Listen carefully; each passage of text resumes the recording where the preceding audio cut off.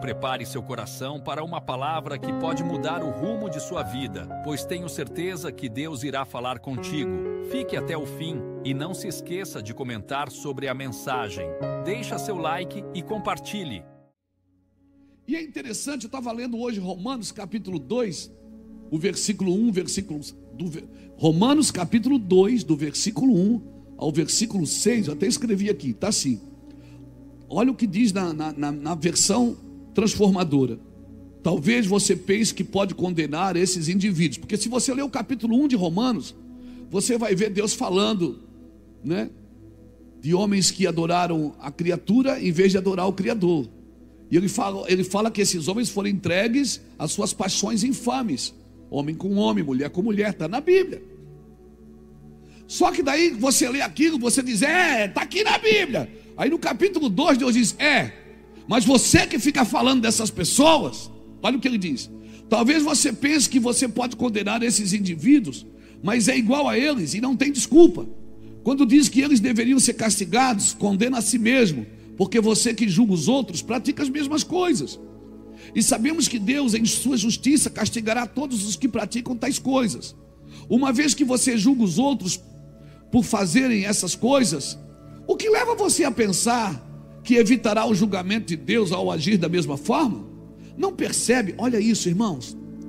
Não percebe, eu estou lendo o capítulo 2 de Romanos, do versículo 1 ao 6. Não percebe quanto ele é bondoso, tolerante e paciente com você? Sabe o que Paulo está dizendo? Deus foi tão paciente com você, tão amoroso para te salvar, e agora você fica criando caminhos para os outros que nem você foi salvo por eles. É isso que Paulo está tentando me dizer. Está dizendo, você não percebe que Deus é bondoso, que Deus é carinhoso, é paciente, é tolerante? Não vê que essas manifestações da bondade de Deus visam levá-los ao arrependimento? Deus está dizendo o seguinte, sabe o que eu estou fazendo? Eu queria que eles se arrependessem, mas por causa da tua ira, eles não se arrependem. É isso que eu quero falar nessa noite. Arrependimento pela ira não transforma a vida de ninguém. O arrependimento tem que ser pelo amor. Mas por causa do seu coração rebelde, você se recusa a abandonar o pecado, acumulando ira sobre si mesmo. Pois o dia da ira se aproxima, quando o justo juiz de Deus se revelará. Ele julgará a cada um de acordo com os seus atos. O que é que eu aprendo aqui, Paulo? Eu aprendo aqui que nós queremos que as pessoas se arrependam, mas um arrependimento causado pela nossa ira, não pelo nosso amor. Então eu não posso ser um pregador, eu estou irado contra o pecado. Não é a tua ira que salva as pessoas, é o teu amor que constrange. Pegou? Você está pegando? É isso que Paulo está tentando dizer para os colossenses. Ele diz, vocês criaram tantas regras, filosofias vãs, sutilezas, que agora eu quero salvar as pessoas através de vocês, eu não consigo. Em outras palavras, vocês ficaram muito religiosos e muito chato. Na linguagem Luiz Herminiana, vocês ficaram muito religiosos e muito chato. Você que decide quem toma ceia, quem não toma, você que escolhe quem senta e quem não senta, você que decide. Não é você que decide, meu irmão. O Senhor está dizendo, Cristo é suficiente. Amém? E Deus quer selar o coração de cada cristão com muito amor, com muita sabedoria. E quando você abraçar alguém, amar alguém, certamente essa pessoa vai ser constrangida por amor, não por ira. Nós queremos que as pessoas se arrependam, mas um arrependimento pela nossa ira, não pelo amor. Arrependimento gerado pela ira não transforma pessoas. Por isso que o amor tudo sofre, tudo crê, tudo suporta, mas ele jamais acaba. Só uma pessoa amada, irmãos, ela pode se arrepender. Como é que é, pastor? Só.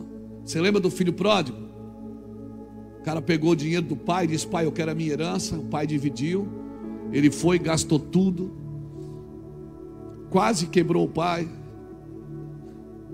Foi lá, gastou tudo. Tentou comer com os porcos, não conseguiu.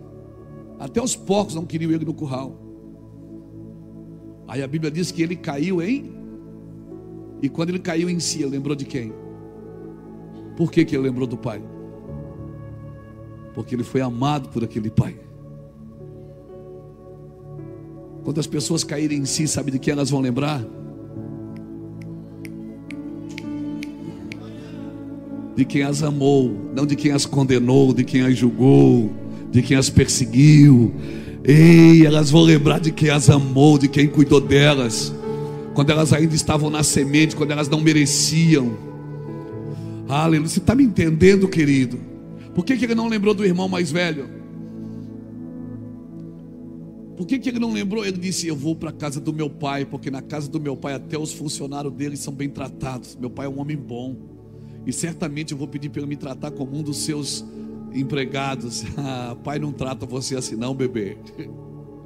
O pai é pai, ele não trata você como evangélico não, da igreja tal, da igreja A, da igreja B ou da igreja C. O pai não trata você indiferente. O pai não trata você como um funcionário.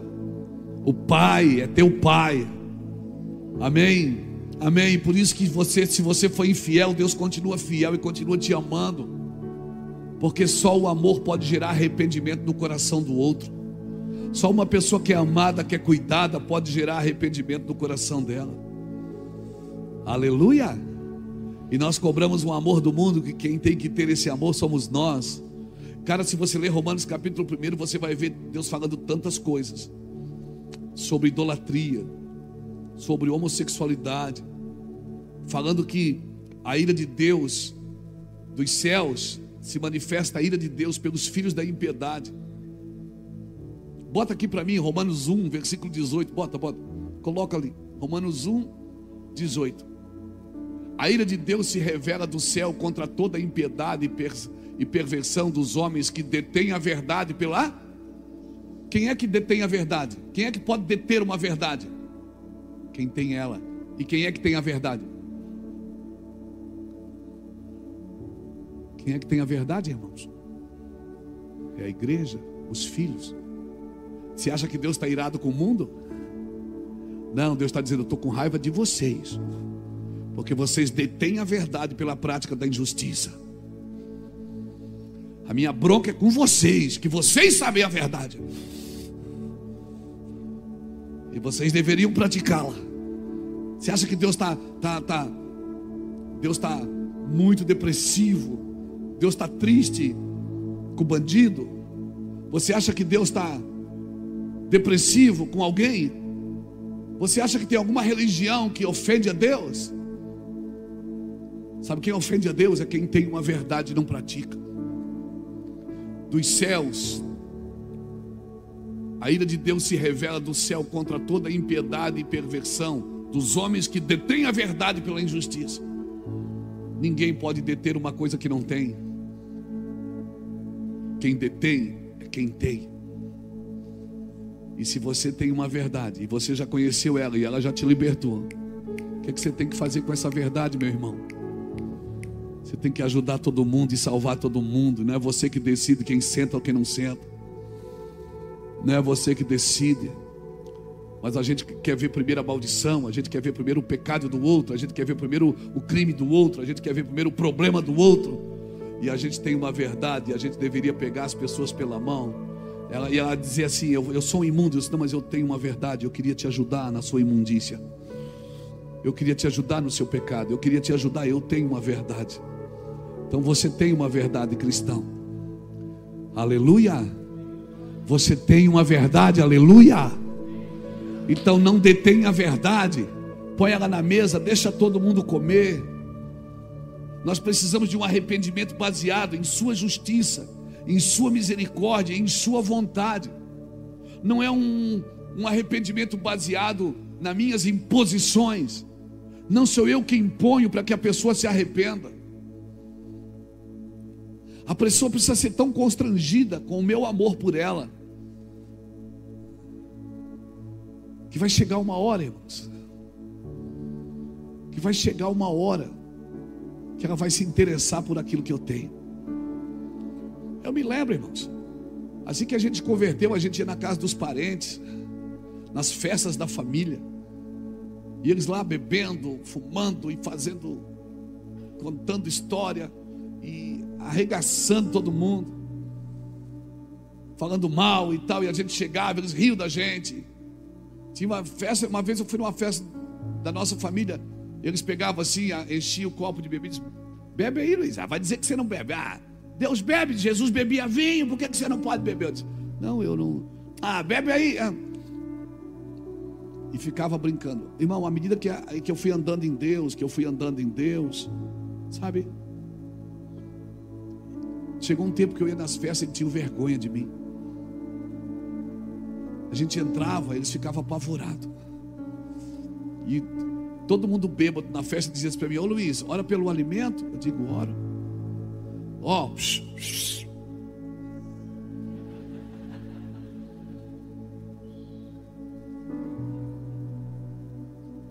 Luiz vai orar pelo alimento.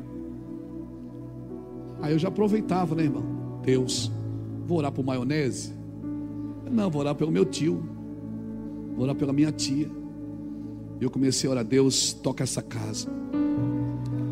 Deus, eles te servem, eles são homens bons e mulheres abençoadas. O Senhor dá uma chance para eles te conhecer. Irmão, era quebrantamento. Cadê a comida, irmão? Era choro e lágrimas. Por quê? A gente converte e diz, eu não vou mais. Lá na minha casa é todo mundo desviado. Esses demônios, o sangue de Jesus tem poder. Você é crente, era para você ir agora. Era para você sentar na mesa, comer com eles, conversar com eles. Amém? Não vai na festa das famílias porque eles são de outra igreja, de outra religião. Isso é filosofia vã, é vã sutileza.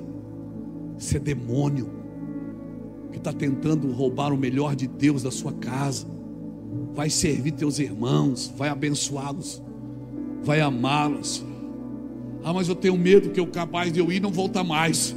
Então a tua fé é muito fraca, meu amigo. Amém? Não, mas tem que profetizar, tem que ser profeta. E sabe quem a gente usa como protótipo do profetismo? A gente usa João Batista. Porque João Batista, irmão, João Batista, ele profetizava antes da cruz. João Batista pregou arrependimento antes da cruz. E todo arrependimento antes da cruz era baseado na ira de Deus. Mas está escrito assim em João 3,16: porque Deus amou o mundo de tal maneira que deu o seu Filho. Aleluia. Mas muitos profetistas, eu não vou chamar nem de profeta, vou chamar de profetistas, querem profetizar a partir da ira de Deus. Ei, a ira de Deus foi até Jesus chegar, meu amigo. Porque na realidade Deus não está virado com o povo, Deus está virado com a religião. Por isso que Jesus entra em Jerusalém e ele não vai na balada. Ele vai primeiro no templo derrubar os cambistas. Ele vai primeiro no templo derrubar as mesas. Ele vai primeiro no templo consertar a ordem de culto. Porque o que Jesus vai organizar é quem está dentro, irmãos. Não é quem está fora. Primeiro ele vai organizar a gente, quem está dentro. Amém? Para que as nossas palavras encontrem amor nas pessoas. Que as pessoas se sintam amadas e não constrangidas. Que as pessoas, quando veem a gente na rua, tenham o desejo de conversar com a gente. Que as crianças, irmãos, elas têm o desejo de conversar. Eu e o Fábio estava aqui agora, chegou um menino aqui para perguntar. Ele pergunta todo domingo, esse menino me procura aqui na frente para fazer perguntas teológicas. O menino deve ter 10 anos. E ele disse, eu estava em confusão na minha mente, pastor, com isso. Eu não tinha a revelação completa disso. Agora eu já tenho, obrigado. O Fábio disse, não, vem cá, deixa eu orar por você. Você tem que... Vamos treinar esse menino. Vai ser profeta. Porque Deus não se revela religioso, Ele se revela a quem tem interesse pelo seu amor, pela sua glória, pela sua presença. Aleluia, aleluia. Menino,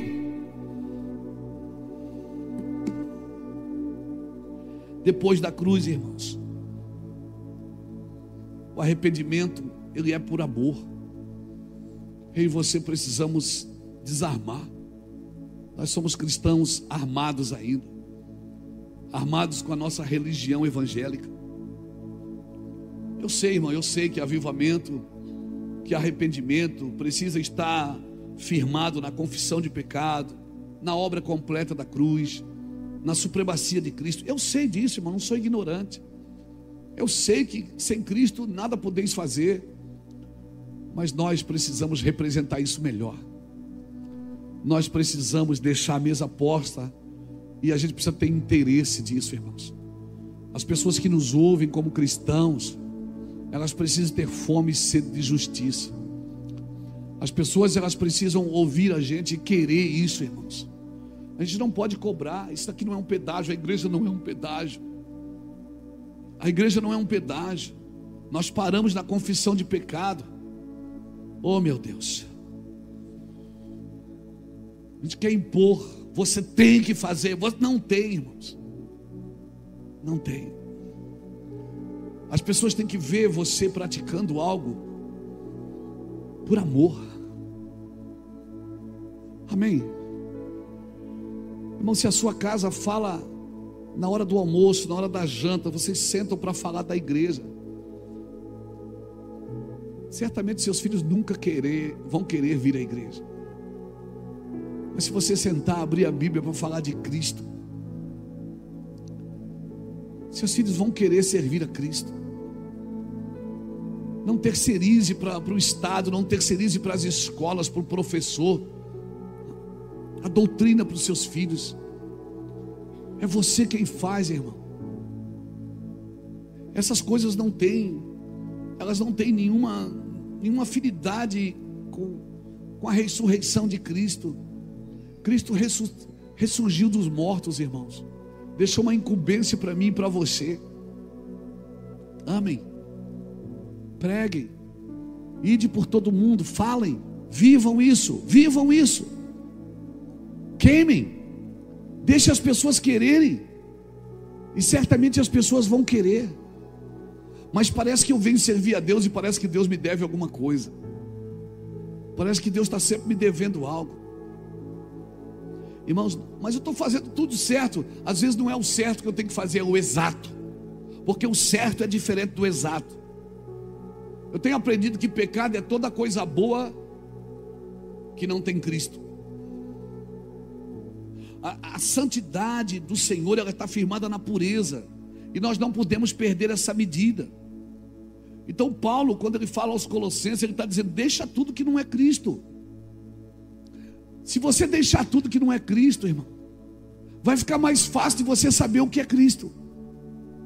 Porque antes, quando Paulo vai ensinar sobre o reino de Deus, antes de dizer o que é reino, ele diz o que não é. Ele diz: o reino não é comida nem bebida, mas é justiça, paz e alegria no Espírito Santo.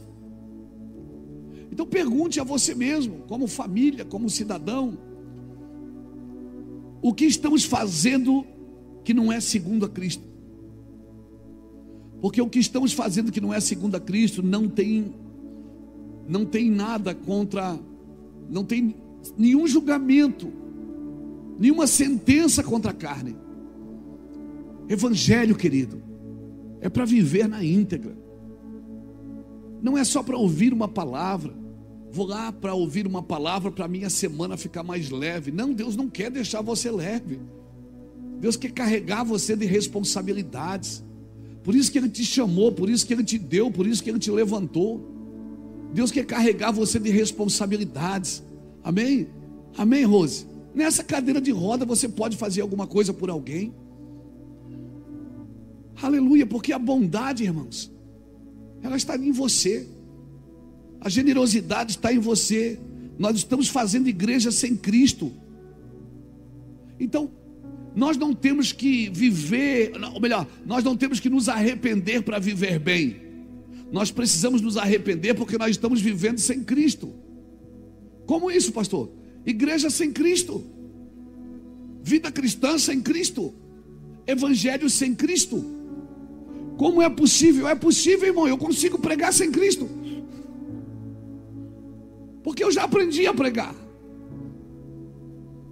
Eu posso abrir o texto e escrever algumas filosofias, algumas frases de efeito, E eu consigo pregar sem Cristo.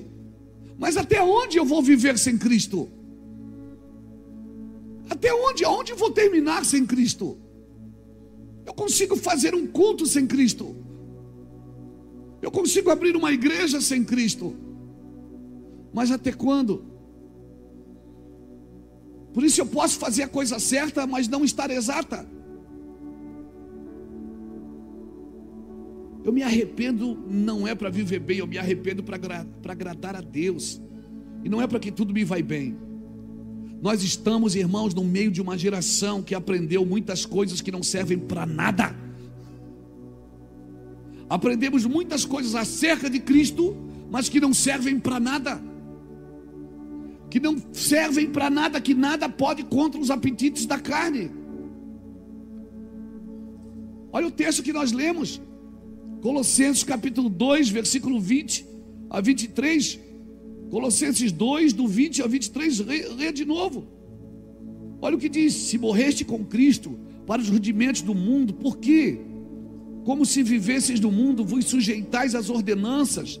Não manuseis isto, não prove aquilo, não toque naquilo outro, segundo os preceitos e doutrinas dos homens, pois que todas estas coisas com o uso se destroem.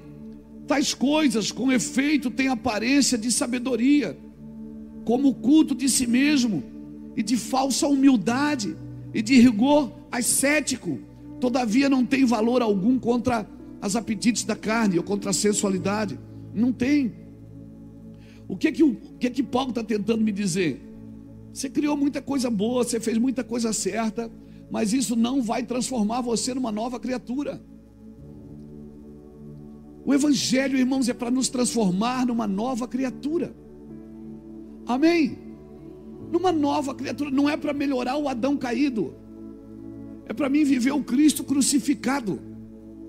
Por isso eu preciso analisar a minha vida e ser radical comigo. Mas eu sou radical com os outros e tolerante comigo. Eu faço o que eu quero e acho que não deixo ninguém se meter na minha vida. Mas com os outros eu sou radical.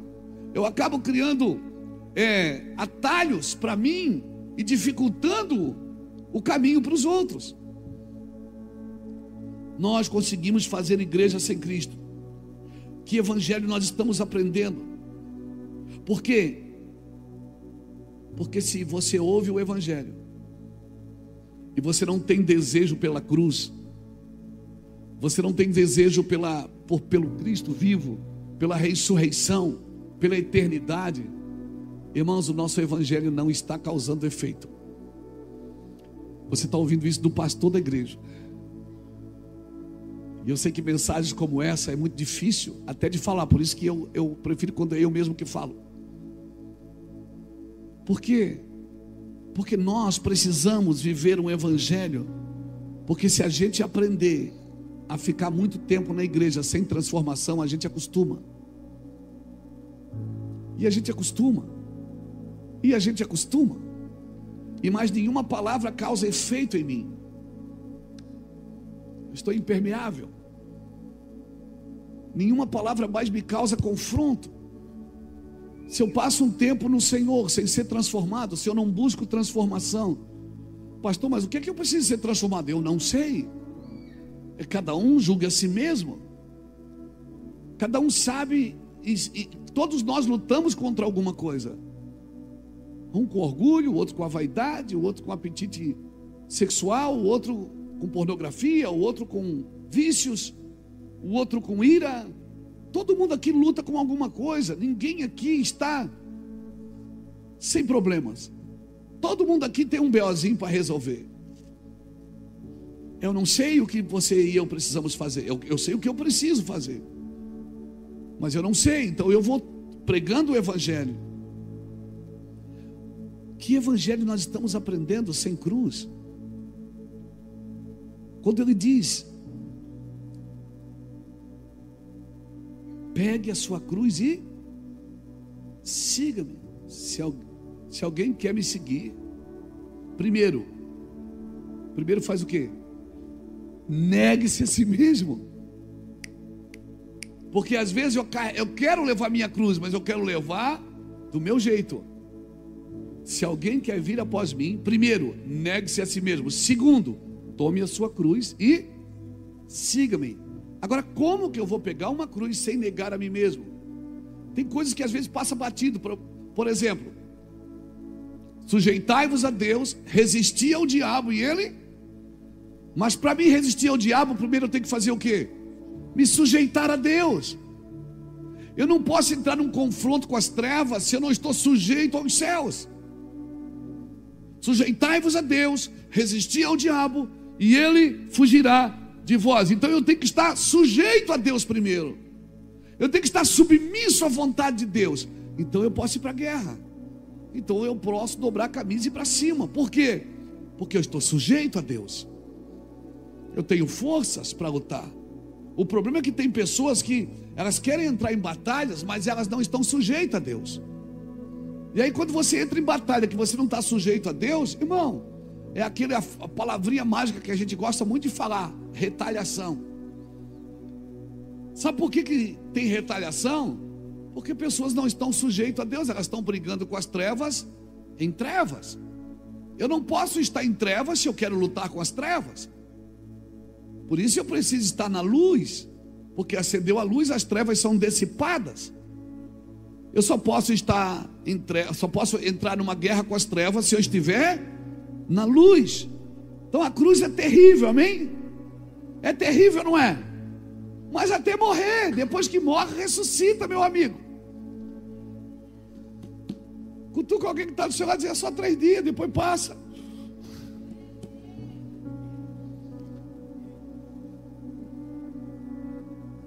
Então, quando você diz, escuta bem o pastor Luiz aqui, quando você diz para um crente que vem na igreja para ser abençoado, você diz: você tem que tomar sua cruz, ele acha que ele está sendo confrontado.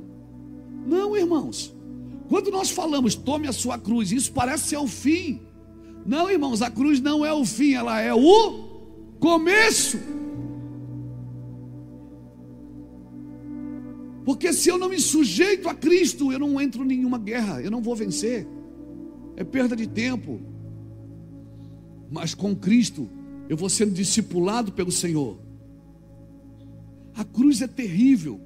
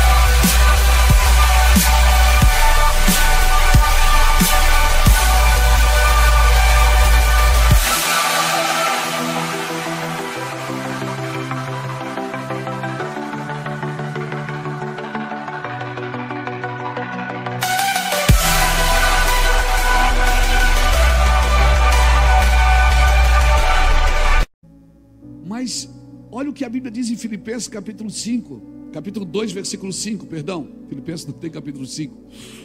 Capítulo 2, versículo 5, que Deus, que ele se esvaziou de si mesmo, tomou a forma de servo, foi obediente até a morte, e morte de cruz.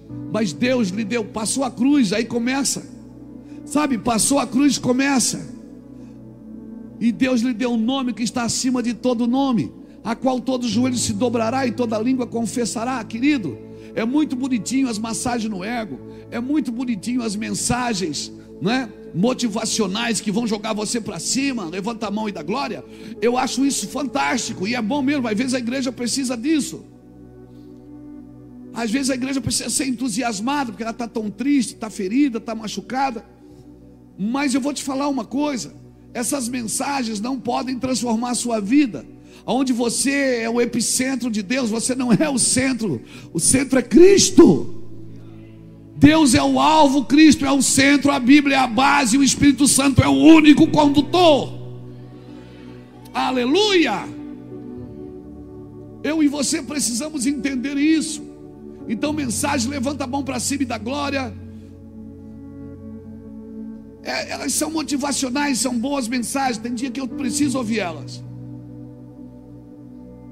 Mas o que vai salvar a sua vida e a sua família e firmar você na casa, na rocha, o que vai firmar essa casa na rocha é as mensagens, irmãos, onde Cristo está dizendo: venha, eu quero restaurar você, eu quero transformar você num novo homem, numa nova mulher. Você não pode continuar vivendo, passa ano e entra ano, 10 anos, 20 anos, 30 anos, 40, 50 e 60. Daqui a pouco você vai estar sentado numa cadeira, arrependido porque não viveu na plenitude de Cristo.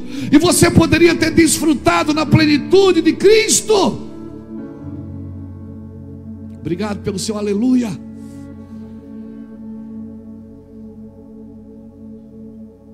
Então, querido, minha preocupação não é agora. O evangelho não é para livrar você do sofrimento presente, é para livrar você do sofrimento eterno. Então a gente faz tudo no culto para livrar a pessoa do problema hoje. E Deus está dizendo: não, hoje ela precisa passar por isso, porque para onde eu quero levá-la, ela precisa superar algumas coisas. Oh, meu irmão, você está me entendendo, querido? Minha preocupação é só essa. A verdade de Deus. Há uma diferença entre o certo e o exato. Tem até duas traduções para a palavra verdade. Me ajudem aí os teólogos de plantão. A liteia e a faleia. É isso? Da palavra verdade. Que quer dizer o quê? Verdade moral e verdade exata de Deus. Então você pode estar fazendo uma verdade, mas não é a verdade exata.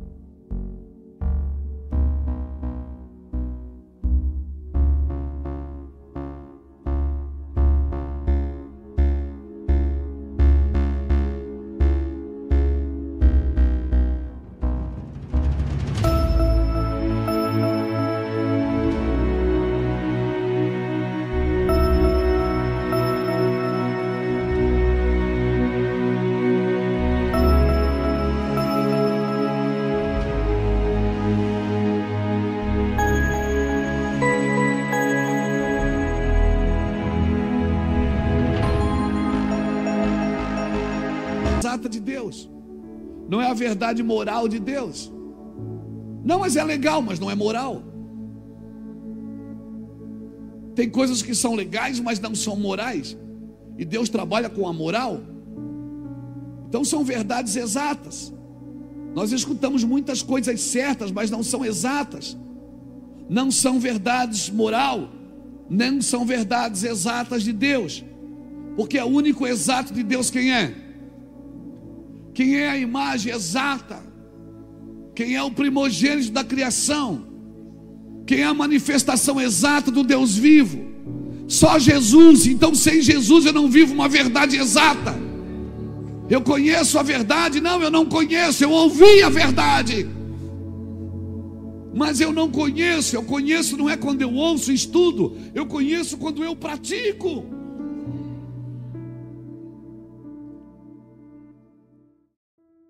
A paz do Senhor, meus irmãos. Gostou da mensagem? Deixa seu like e compartilhe. Veja outras pregações que preparei para você. É só clicar no link e Deus o abençoe.